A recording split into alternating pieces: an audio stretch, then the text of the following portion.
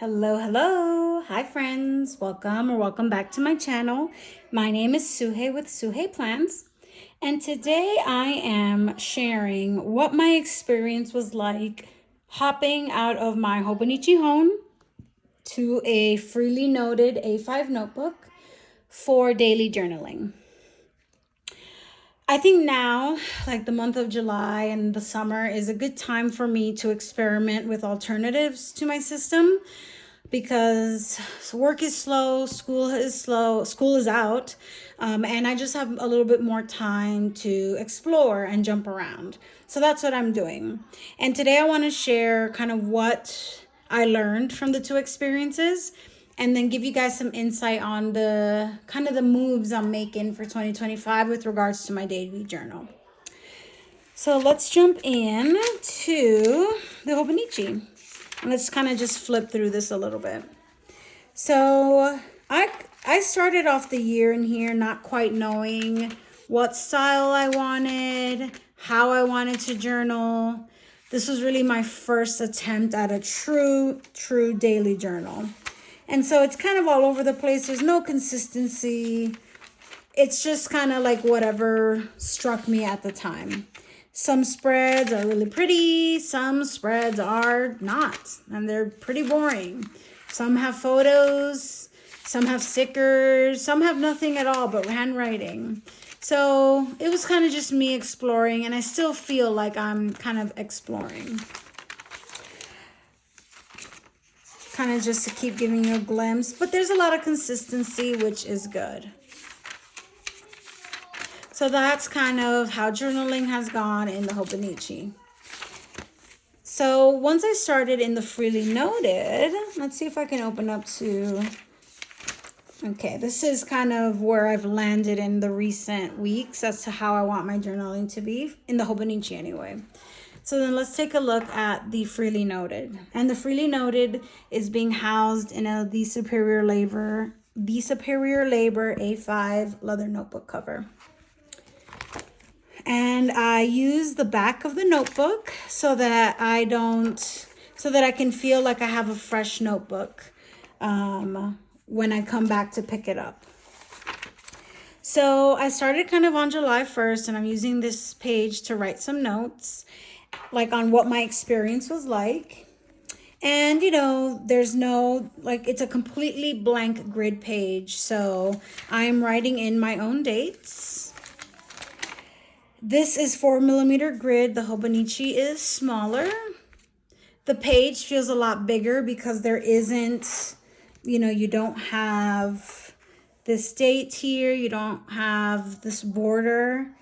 You don't have the quote or the calendar at the bottom. So there's a lot more space on this page.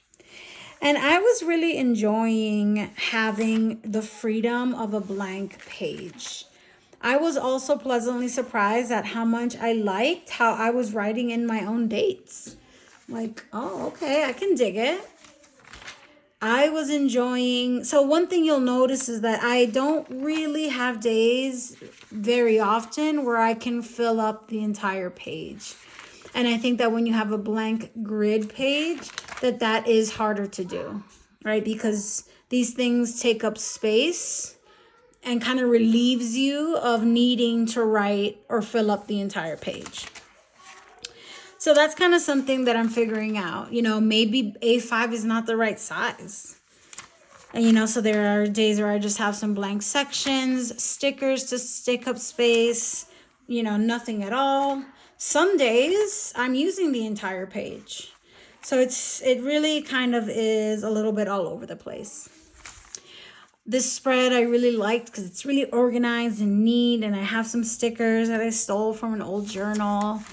I really like how that came out. And then I kind of stopped journaling for a few days. I had a massive fountain pen ink spill, which is fine. And then this day I didn't want to have a lot to say, and I filled this page up with stickers. So the roominess of a blank page is definitely different. It definitely makes a difference on my journaling experience and how I'm using this book. But in fairness, even though it does feel a little bit more intimidating to fill up the page, I really liked having a completely blank page. I felt like I could place stickers wherever I wanted, and it made sense. I really liked the larger grid. Even though I don't fill up a page, I feel like it takes me less time to do so when I do. So there are a lot of things that I really liked about having a blank page. But you can still see there are some things that seem like they're not quite a match. So after all of that kind of analysis and comparisons and thinking about like these two books and how I'm using them, I've decided that I want to continue using a grid notebook for fall 2025 journaling. But what I want to do instead is that I don't want to, well, what I'm thinking about doing, like there's a long time until 2025, y'all. Like I am completely cognizant of the fact that this is a really early for thinking about 2025. But what I'm leaning towards, right, because there's still a lot of time left, what I'm leaning towards is thinking about using as much or as little of the page that as I need, and then starting the next journal entry maybe on the same page or maybe on a new page. So let's see if I can find an example. So let's say I had not used up, let's say I had written to the edge of the page and not left this blank. I probably could have fit both Monday and Tuesday on one page. And I think that I might do that. Instead of feeling like I need a brand new page for every day, I might just write to my heart's content, whether that's a little bit or whether that's a lot, no matter. And then just use half a page, a third of a page to start the entry for the next day. So I think so like for example here, I would have my Monday header right here, start writing down there, and then continue using as much of the next page for the Monday entry as I need. And I can always go back and forth, or I can do that kind of system for a month and then do daily pages for the next month. There's a lot more flexibility here than I think there is with the Hobonichi Hon. And these notebooks are, I believe, 400 pages. So I'll have no problem utilizing one page per day.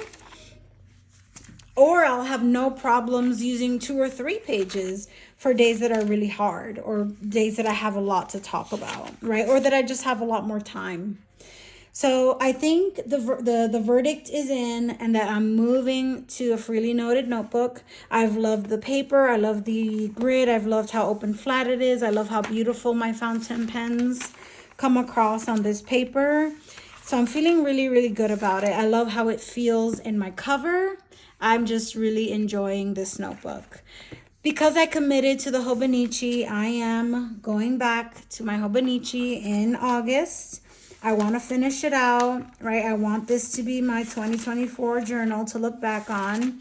So I'm coming back here, but I really do believe that my decision is pretty firm in that I'm moving to just an open blank grid notebook for 2025. And things can change, we'll see. But I hope this kind of helps folks figure out what their journal process might look like, and what are some things that you should think about as you're figuring out your journaling system, if you're just starting or if you're thinking about your system for 2025.